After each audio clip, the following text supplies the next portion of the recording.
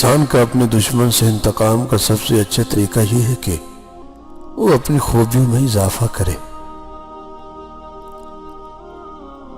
کسی کو تم چاہو وہ تمہیں ٹھکرا دے، یہ اس کی بد نصیبی ہے۔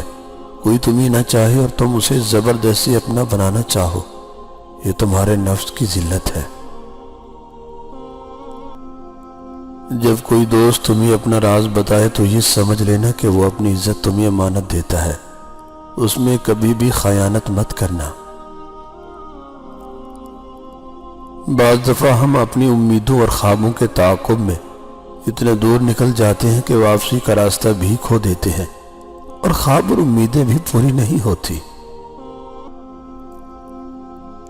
کبھی کبھی کسی چیز کی قدر اور احساس کے لیے ضروری ہے کہ کچھ وقت اس کے بغیر رہا جائے۔ جو دکھ دے اسے چھوڑ دو، مگر جسے چھوڑ دو اسے دکھ نہ دو۔ انسان کی بربادی کا وقت تب شروع ہوتا ہے جب اس کے والدین اس کے غصے اور ناراضگی کے خوف سے اپنی ضرورت بتانا اور نصیحت کرنا چھوڑ دیتے ہیں۔ انسان کے ساتھ نہیں، اس کی عادتوں کے ساتھ رہتا ہے۔ زندگی میں اگر کامیاب ہونا چاہتے ہو تو حلال رزق کماؤ۔ یہ مت سوچنا کہ امیر ہونا کامیاب ہے۔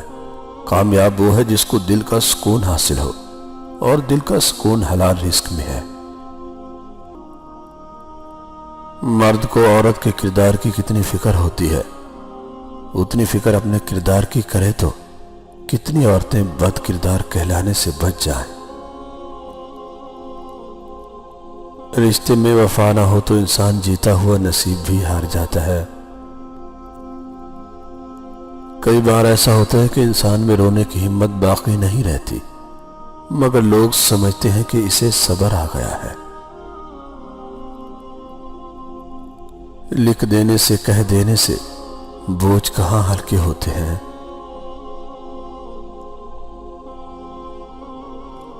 زندگی تیری سبھی چالیں ایک طرف دکھوں پہ ہنس دینا میرا کمال ہے۔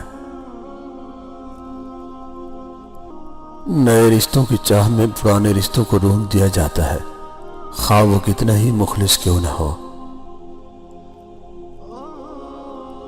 ہوا کی بیٹی خود تماشا نہ بنے تو مجال ہے کہ آدم کا بیٹا اس سے کھیلے۔ کچھ تکلیفیں ہمارا امتحان لینے نہیں بلکہ دوسروں کی پہچان کرانے آتی ہیں۔ خوش اخلاقی پر کچھ خرچ نہیں آتا، لیکن یہ آپ کا وقار بڑھا دیتی ہے۔ اللہ بہتر کرے گا، لیکن اگر اللہ نے بہتر نہ کیا تو ایمان رکھو اللہ بہترین کرے گا۔ خاموشی اتنی گہری تو ہونی چاہیے کہ بے قدری کرنے والوں کی چیخیں نکل جائیں۔ سچ بولنے کا شوق ہے تو اپنے بارے میں بولے، لوگوں کی زندگی عذاب مت بنائیں۔ دنیا میں سب سے زیادہ دولت اس کے پاس ہے جس کی ماں زندہ ہے۔ کسی کے ساتھ غلط کر کے اپنی باری کا انتظار ضرور کرنا، کیونکہ قسمت جب تماچا مارتی ہے تو وہ منہ پر نہیں روح پر لگتا ہے۔